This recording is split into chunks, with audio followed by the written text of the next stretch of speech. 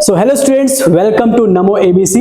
मेरा नाम है प्रकाश दुबे और आज हम लोग डिस्कस करने वाले हैं एक बहुत ही इंटरेस्टिंग टॉपिक जियोपॉलिटिक्स से, वो है भारत और मिस्र के संबंध। सो देखेंगे हम लोग इस वीडियो में कि क्या है भारत और मिस्र का संबंध और हम लोग इस टॉपिक को आज के दिन पे क्यों डिस्कस कर रहे हैं, क्या है इसका करंट अफेयर्स का लॉजिक, भारत और इजिप्ट के क्या हिस्टोरिकल रिलेशंस रहे हैं, भारत इजिप्ट से चाहता क्या है, इजिप्ट से भारत की क्या एक्सपेक्टेशंस हैं। सो हम लोग ये सारी चीजें इस वीडियो में एक्सपेक्ट करेंगे। उम्मीद है आप इस पूरे वीडियो के दौरान मेरे साथ बने रहेंगे। So let's start. So friends, हम लोग देखें कि ये जो इस समय चर्चा में क्यों है ये मुद्दा, तो नाउ वी हैव टू सी कि हम इस समय इसकी बात कर क्यों रहे हैं, ये चर्चा में क्यों है, राइट। सो रिसेंटली जो यहाँ के प्राइम मिनिस्टर है, प्रेसिडेंट है मिस्टर अब्दुल एल सीसी, वो थर्ड टाइम यहाँ पर प्रेसिडेंट इलेक्ट हुए हैं, राइट। सो यहाँ पर जब ये प्रेसिडेंट इलेक्ट हुए हैं, मजेदार बात ये है कि इनको 89.6% टोटल वोट्स मिले हैं।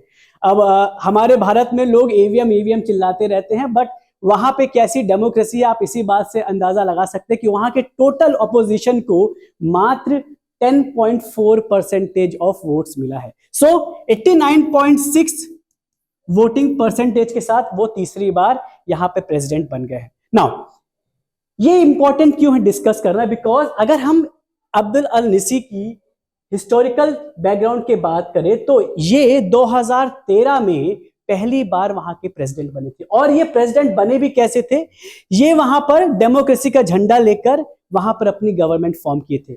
इनिशियली ये एक मिलिट्री जनरल हुआ करते थे और यहां पर उन्होंने मिलिट्री कू करके, मिलिट्री कू को एकदम आम भाषा में समझाया जाए तो ये एक मिलिट्री के जनरल थे और वहां पे जो इलेक्टेड गवर्नमेंट थी उसको हटा दिए थे। हमारा पड़ोसी देश पाकिस्तान इस चीज के लिए बहुत ज्यादा फेमस है, बिकॉज 1999 में रिसेंटली परवेज मुशर्रफ भी यही काम करके वहां पर फॉर्म हुए थे अपनी गवर्नमेंट। सो 2013 में ये अपनी गवर्नमेंट फॉर्म किए और 2013 से 2023 तक ये लगातार वहां के प्रेसिडेंट हैं।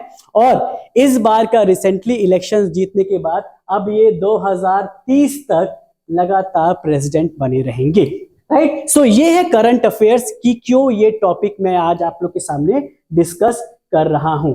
Now let's go next further की अब भारत और मिस्र के बीच में ऐतिहासिक संबंध कैसे रहे। तो इसको डिस्कस करने के लिए मैं आपको हिस्टोरिकल पर्सपेक्टिव में ले जाना चाहूंगा, बिकॉज इजिप्ट एंड इंडिया ऐसी दो कंट्रीज हैं जहां पर एशियंट सिविलाइजेशंस बनी थी। इंडिया में सबको याद होगा, सबको पता होगा इंडस वैली सिविलाइजेशन और इजिप्ट की सिविलाइजेशन, जहां पे दो चीजें बहुत फेमस है।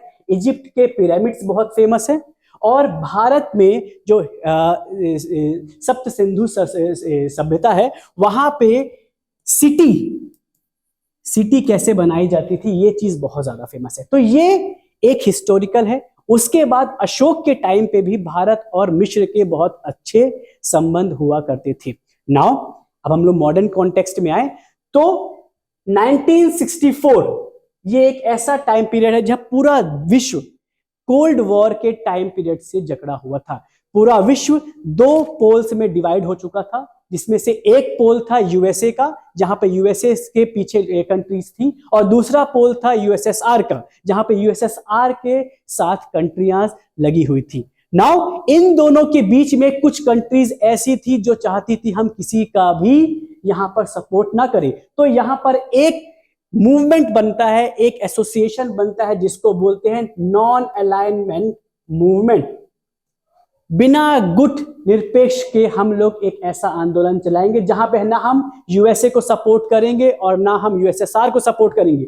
सो कुछ 5-6 कंट्रीज मिलकर यहां पर नॉन अलाइनमेंट मूवमेंट की शुरुआत करते हैं और इन सब 5 कंट्रीज में से 2 कंट्रीज थी इंडिया एंड इजिप्ट।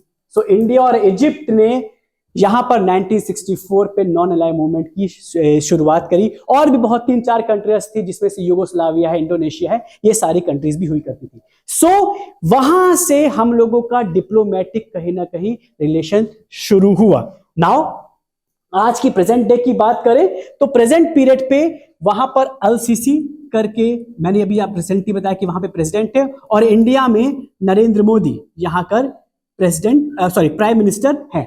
सो इन दोनों की मॉडर्न रिलेशनशिप की शुरुआत होती है 2020 से, और इसको पीक पे लाया गया 2023 जनवरी पे, मतलब इसी साल के जनवरी पे, जब अल सीसी को रिपब्लिक डे परेड का चीफ गेस्ट बनाया गया। नाउ ये बहुत ही ऑनर की बात है कि यहाँ पर एक देश के सबसे प्रमुख राजनीतिक को आप यहाँ पर बुला रहे हैं एज अ प्रेसिडेंट।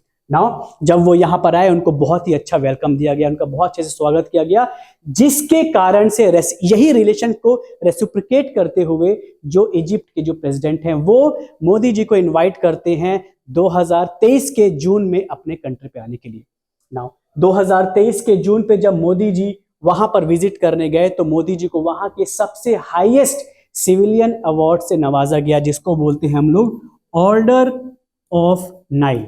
सो मोदी जी एक ऐसे देश के प्राइम मिनिस्टर बन गए जहां पर किसी और देश ने उनको ऑर्डर ऑफ नाइल करके अवार्ड से नवाजा गया, राइट। सो ये है इनके relation, historical relation. Present period की बात किया जाए तो हमास और गाजा के वॉर के बीच जो इजिप्ट है उसका बहुत इंपॉर्टेंस बढ़ जाता है, क्योंकि इजिप्ट के पास एक ऐसी लोकेशन है, इजिप्ट के पास एक ऐसी लोकेशन है जहां पर निकलता है स्विस कैनाल। नाउ अगर आप स्विस कैनाल को ध्यान से देखें तो ये है अपना इजिप्ट, यहां पर अपना आता है इजिप्ट, यह है अपना भारत, राइट। सो ये जो आप एरिया देख रहे हैं ये है स्विस कैनाल, और इसको बोलते हैं हम लोग सिनाई पेनिनसुला। पेनिनसुला एक ऐसा ज्योग्राफिकल टर्म होता है जहां पर जो चीज तीन तरफ से वाटर बॉडी से घिरी रहे। इंडिया भी एक पेनिनसुला है और ये भी एक सिनाई पेनिनसुला है, यहां पर तीन तरफ से वाटर बॉडी है। सो यहां पर ये जो एरिया देख रहे हैं आप, यहां पर स्विस कैनाल है, और ये जो स्विस कैनाल है ये वर्ल्ड का 12% ट्रेड होस्ट करती है। मतलब अगर ये स्विस कैनाल कभी गलती से बंद हो नहीं पाई तो 12% पूरे वर्ल्ड का ट्रेड इफेक्ट हो जाएगा। एंड दिस मेक्स, ये जो चोक पॉइंट है very important, and this makes India और इजिप्ट का रिलेशनशिप बहुत वेरी इंपॉर्टेंट, बिकॉज इंडिया की जितना भी यूरोपियन ट्रेड है वो पूरा यहीं से होकर निकलता है। सो इंडिया, भारत और इजिप्ट का रिलेशनशिप इस चीज पर टिका हुआ है कि कैसे ये दोनों रिलेशन बहुत ही मेंटेन रहे और इंडिया के शिप्स को बहुत अच्छा फ्री पैसेज मिल सके towards the European market, right. So now अब हम लोग बात करते हैं कि ये चीज यहां पर इस समय न्यूज में क्यों है, और इसको आज के समय पे एक स्विस क्राइसिस बोला जा रहा है। क्यों? क्योंकि ये जो एरिया है आप देखेंगे ये इजराइल और गाजा के, इजराइल और हमास के वॉर के लिए बहुत फेमस है, और अगर यहाँ के जो टेररिस्ट हैं इस एरिया पे बॉम्बार्डिंग करने लग गए, रॉकेट्स चलाने लग गए, तो ये चीज कहीं ना कहीं क्लोज डाउन हो जाएगी। सो दैट इज वाई आज के प्रेजेंट टाइम पर इजिप्ट का इतना ज्यादा इंपॉर्टेंस है। Now let's move forward.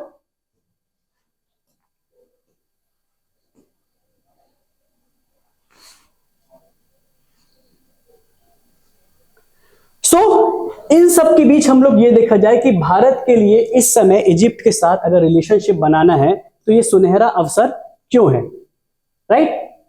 तो सबसे पहली बात, कहीं ना कहीं दोनों कंट्रीज में एक स्टेबल गवर्नमेंट बन गई है।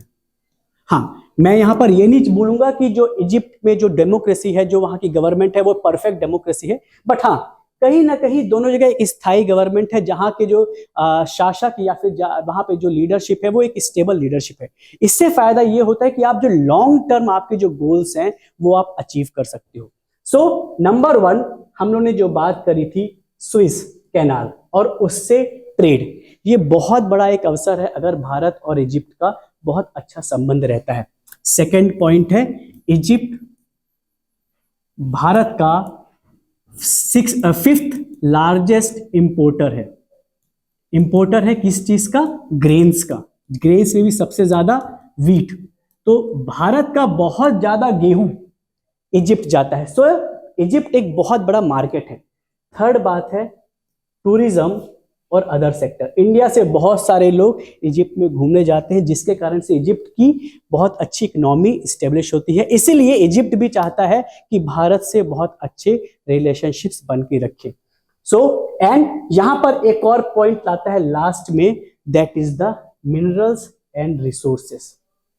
इजिप्ट जो है वो अरब कंट्रीज में सबसे पॉपुलेटेड कंट्री है और बहुत ज्यादा रिसोर्सेज हैं, नेचुरल रिसोर्सेज हैं इजिप्ट के पास। तो भारत चाहेगा कि भारत उन सारे नेचुरल रिसोर्सेज को अपने हाथ पे ले ले, राइट। तो ये सारे के सारे हमारे पास अपॉर्चुनिटीज हैं, अवसर हैं, जिसके कारण से हम इजिप्ट की तरफ एक अच्छी रिलेशनशिप बना सकते हैं। नाउ भारत के लिए चुनौतियां क्या क्या है, क्योंकि अवसर के साथ साथ चुनौतियां तो आती ही आती है, राइट। हम लोग के एग्जाम्स में भी तो सबसे बड़ी चुनौती है भारत के लिए, वो है चाइना। यस, चाइना जो है वो भी इजिप्ट को एक बहुत अच्छा फ्रेंडली नेशन मान रहा है, और चाइना ने भी लगभग 50 बिलियन यूएस डॉलर का इन्वेस्टमेंट कर रहे हैं इजिप्ट में। सो कहीं ना कहीं इंडिया और इजिप्ट के रिलेशन के बीच में एक ट्रायंगल बनता दिख रहा है, जहां पे जो ट्रायंगल है वो चाइना बना रहा है। सो चाइना भी बहुत अच्छा रिलेशनशिप बना रहा है इजिप्ट के साथ। सेकंड है economy of China, sorry economy of Egypt. Now economy of Egypt की बात की जाए तो इजिप्ट की जो लोग हैं वो वहां पर इन्फ्लेशन और वहां पर खाद्य के कारण से बहुत ज्यादा प्रभावित हो रहा है। इसका मतलब ये कि वहां की जो पर कैपिटा इनकम है, जो लोगों की इनकम है पर कैपिटा, वो कहीं ना कहीं डिक्रीज हो रही है, जिसके कारण से इफेक्ट पड़ेगा ट्रेड पर। चलिए इसको अपन एक छोटे से एग्जांपल से समझते हैं। फॉर एग्जांपल, एक मैं हूं और मेरा एक पड़ोसी है। मेरे पास अगर बहुत अच्छे पैसे हैं तो मैं उस पड़ोसी से कुछ भी खरीदने को तैयार हूं। बट अगर मेरे पास पैसे ही नहीं हैं, अगर वो मेरे को पड़ोसी कुछ भी सामान दे भी रहा है बट मेरे पास जब पैसे, तो मैं खरीदूंगा कैसे? अगर इजिप्ट की इकोनॉमी स्टेबल नहीं हुई तो फिर आप ट्रेड किसके साथ करोगे?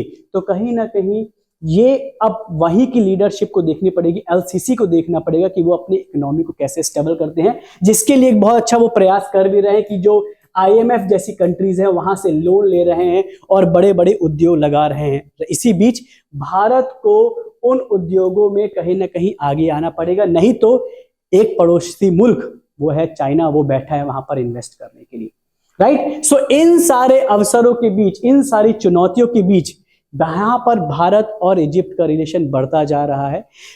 एक हम लोगों को लॉन्ग टर्म विजन की जरूरत है इजिप्ट के साथ फ्रेंडलीनेस, नेबरिंग इजिप्ट के साथ अच्छे रिलेशनशिप्स रखने के लिए। हमें वहां पे डेमोक्रेसी या फिर वहां की पॉलिटिकल आइडियोलॉजी को अनदेखा करते हुए हम लोग को कहीं ना कहीं ये ध्यान देना पड़ेगा कि भारत वहां पर अपना प्रभाव कैसे लंबे समय तक छोड़ सकता है। सो कैसा लगा आपको आज का वीडियो, कैसे लगा आपको ये टॉपिक? प्लीज हमें ये कमेंट करके बताइए और अपना बहुत सारा हम लोग को प्यार दीजिए और अपना पूरा हम लोग को फीडबैक दीजिए। Thank you so much, all the best.